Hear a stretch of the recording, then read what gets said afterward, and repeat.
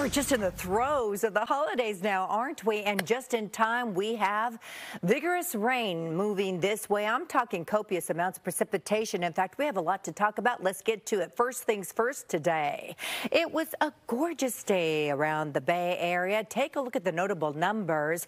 80 degrees. That tied a record set back in 1904 in San Jose. Also 80 degrees in Morgan Hill and in Gilroy. Otherwise, all of these temperatures were pretty close to where we should be for this time of the year. 72 degrees in Vallejo, Benicia, Martinez, and American Canyon backing through Rodeo into Crockett. It was 75 today in San Mateo, lifting into Burlingame and also around the Belmont area. Our live weather camera, thanks to Lori Stoneman in our engineering department. Thank you so much. This is glorious. It's beautiful. The visibility is unlimited at this hour, unless you're along the coast and around the Golden Gate Bridge, Tiburon, and Sausalito, where we are socked in with areas of low clouds and fog.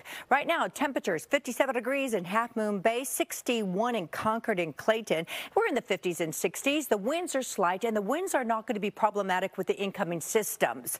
But it is time for you to bring in that lawn furniture, put the cushions away. We have rain moving in. Right now, 7-mile-per-hour winds in Santa Rosa. The problem is the rain and how much rain to expect from these systems. We have multiple systems that are moving this way.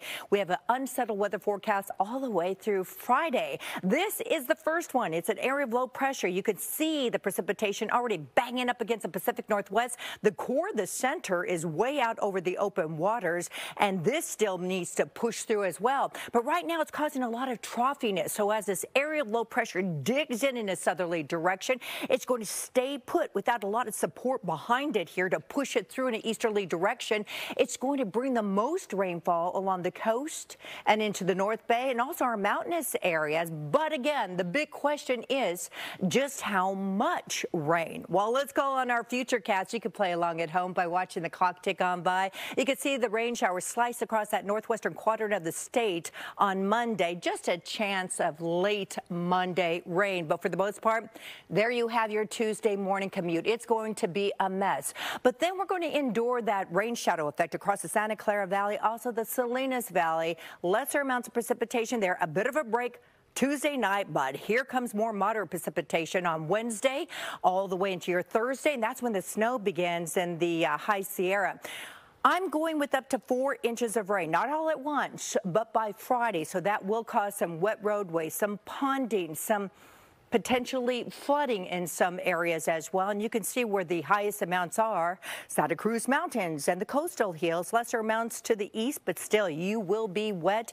Clean out those gutters. Tomorrow's your transition day. Temperatures not too affected. Pretty close to average for this time of the year. Tonight, overnight, we're talking about numbers 40s and 50s. Very similar to what we experienced overnight last night with increasing cloud cover. Tomorrow will be partly to mostly cloudy. The clouds do roll into the area, and temperatures coming down just ever so gently, 60s and few low 70s. Boy, you'll feel the difference.